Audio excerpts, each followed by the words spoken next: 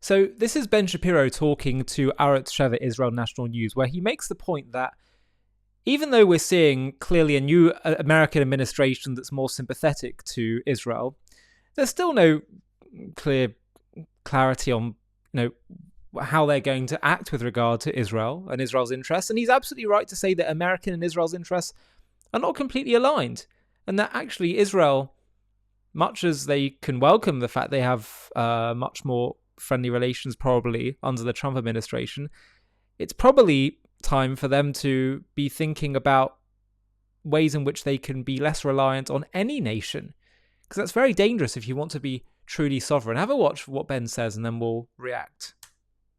The Americans are going to be quite friendly toward Israel protecting itself. You're not going to have as much yelling and screaming about Israel doing the things that are necessary in order to protect itself. But as I've been saying for a very long time, American interests and Israeli interests are not identical, nor should they be. They're separate countries with separate interests.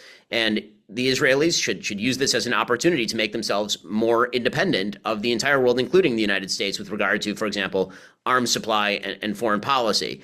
Yeah, I think there's a tendency sometimes when I talk to my Israeli friends to think that whatever the American administration is, it's the job of the Israelis to sort of mirror that position. And so the kind of future of the state of Israel ought to be made dependent on whomever is in the White House. That seems to me bad policy by any state, including Israel. And I think that if Israel is hoping that President Trump is going to sort of do the work for Israel, I don't think that's what he was elected to do, nor do I think that that's what anyone should expect President Trump to do. I mean, what they're going to get is an administration that is very friendly toward Israel, that wants to see Israel protect itself, that recognizes that Israel's enemies are indeed evil and seek its destruction, and is going to act that way. But again, no one can predict the future, and no one even knows who's going to be president 5 years from now. So I would always urge Israel and the United States to, again, act as states that are independent in their own interests. Now, when you and also, I would say that the jury is very much out on Trump's Middle East envoy, Steve Witkoff. For me, the jury's out on how he's going to be regarding Israel. It's unclear, just unclear.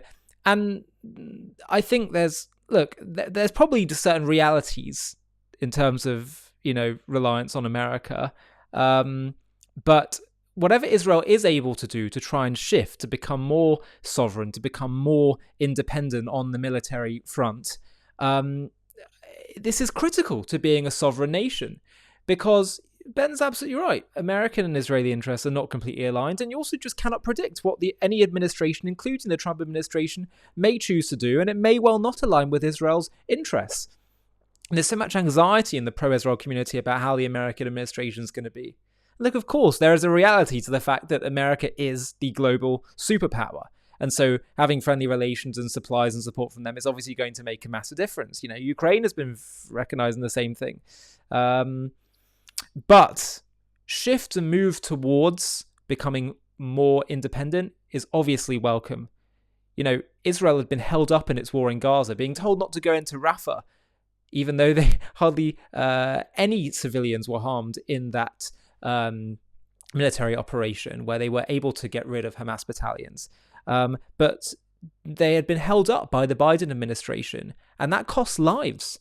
It's dangerous. The dependence on just whatever the whims of the American administration may choose to say is so dangerous.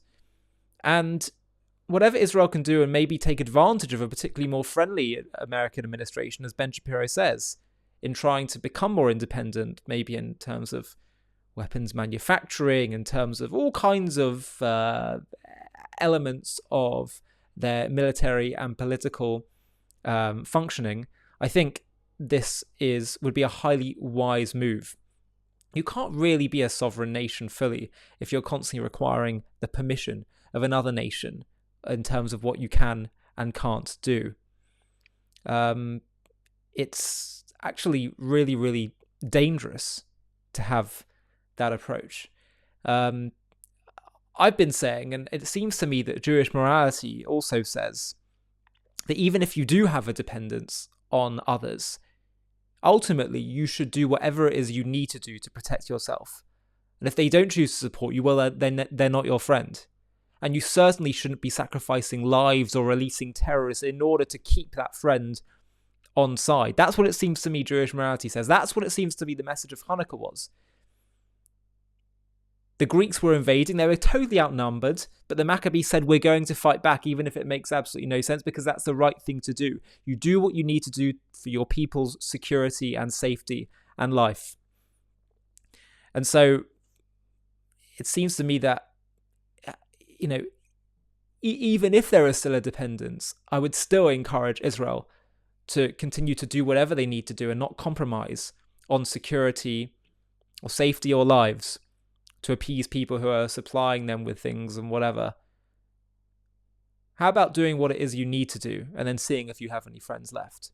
Now, some people say, Ollie, you can't say that. That's reckless. I think it's reckless to do things that compromise your people's safety in order to please someone who you claim is supporting you, because if the support is so conditional, it's not really support. And also it sets a very dangerous precedent that your hands are going to get more and more tied. If someone is manipulating you, stand up. And you know what? I suspect, in fact, I think it's likely that if Israel just said to America, even if it was the Biden administration, whoever it was, we are going to do whatever it is we need to do, and said it with firmness rather than appeasement, I suspect there would actually be a strong degree of respect. People respect strength. Peace comes through strength. So I think Ben is absolutely right on this front. There's too much anxiety about what the American administration will and won't do or say. And yes, of course, Israel's a very tiny country, but just because you're small, it doesn't mean that you can't be sovereign. Goodness me, the Jewish people have shown enough ingenuity in order to overcome hurdles before. And this is a hurdle too that I believe we can overcome. Hi, thank you so much for watching. To watch another one, click here. To stay up to date with all our content, click here to subscribe. And if you're able to, you can help support JTV to grow and grow by clicking join below this video, where you can become a member and get perks including early access to videos and private live discussions with me. But most of all, you'll be partnering with us on our mission to change the world.